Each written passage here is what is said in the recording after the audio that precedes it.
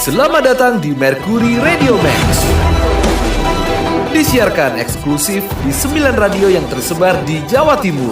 96 FM Mercury Surabaya, 94,8 DJ FM Surabaya, 88,1 Kota FM Surabaya, 90,9 Global FM Surabaya, 104,5 Mas FM Malang, 97,4 Gita FM Jombang, 89,1 Kota FM Bojonegoro, 107,2 Moderato FM Madiun, 96,6 Bas FM Bojonegoro. Dan inilah Mercury Radio Max selengkapnya.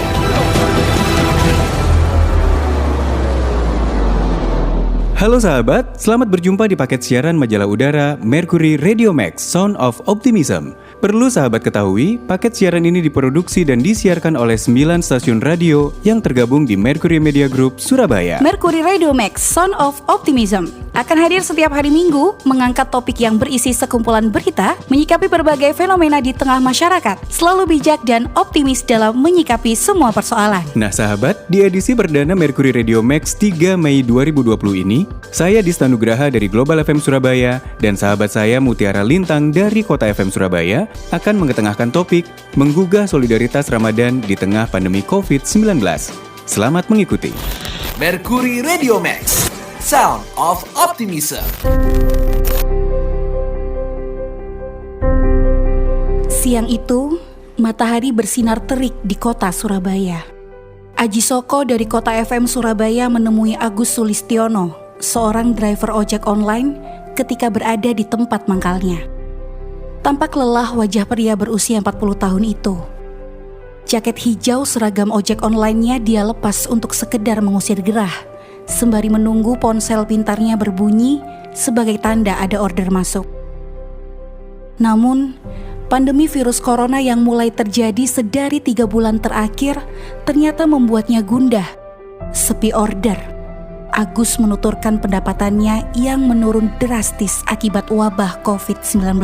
Dampak wabah virus corona ini ya, dari penghasilan turun drastis. Yang biasanya kita bisa 100.000 per hari ke atas, sekarang ya 50.000 aja, kadang dapat kadang nggak dapat, tapi rata-rata banyak yang nggak dapat.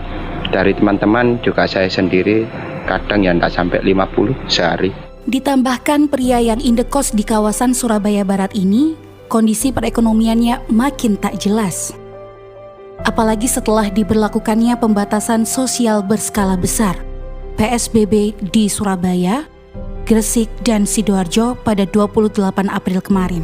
Berbagai kendala dan keterbatasan pun dialaminya. Untuk yang biasanya yang cari penumpang itu sangat menyusahkan sebenarnya.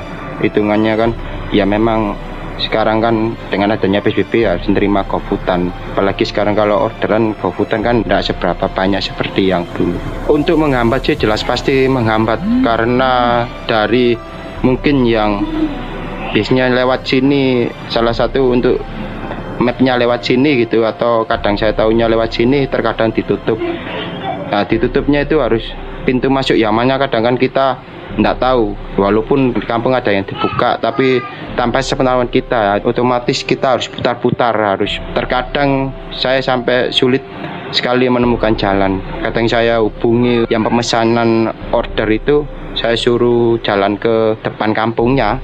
Saya tunjukkan titik saya ada sebelah sini. Sebenarnya kalau penutupan jalan sih juga ibuh bagi seperti saya ini yang driver ojek ini. Sebagai tulang punggung keluarga, tak banyak yang diharapkan oleh Agus Sulistiono, kecuali agar pemerintah lebih peduli dengan golongan masyarakat yang terdampak langsung ekonominya akibat adanya wabah ini. Sebenarnya sih bukannya untuk meminta sih, hanya untuk mengetuk pemerintah aja, supaya teman-teman ini kan banyak yang tempat tinggalnya kos, hitungannya kan tidak kos seperti anak pelajar atau mahasiswa yang mungkin barangnya sedikit. Tapi kalau untuk kos yang rumah tangga itu kan barangnya juga banyak, penghasilan pun juga tidak ada, harus membayar kos-kosan, untuk bayar listrik juga, anak istri juga harus makan. Ya semoga aja lah COVID-nya cepat hilang dan pergi, supaya PSBB dicabut pemerintah, supaya kita bisa kerja normal lagi. Seperti itu harapan saya.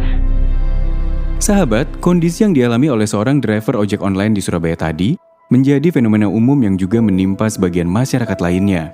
Bahkan, ada yang lebih parah lagi, yakni nihil pendapatan untuk sekedar menyambung hidup.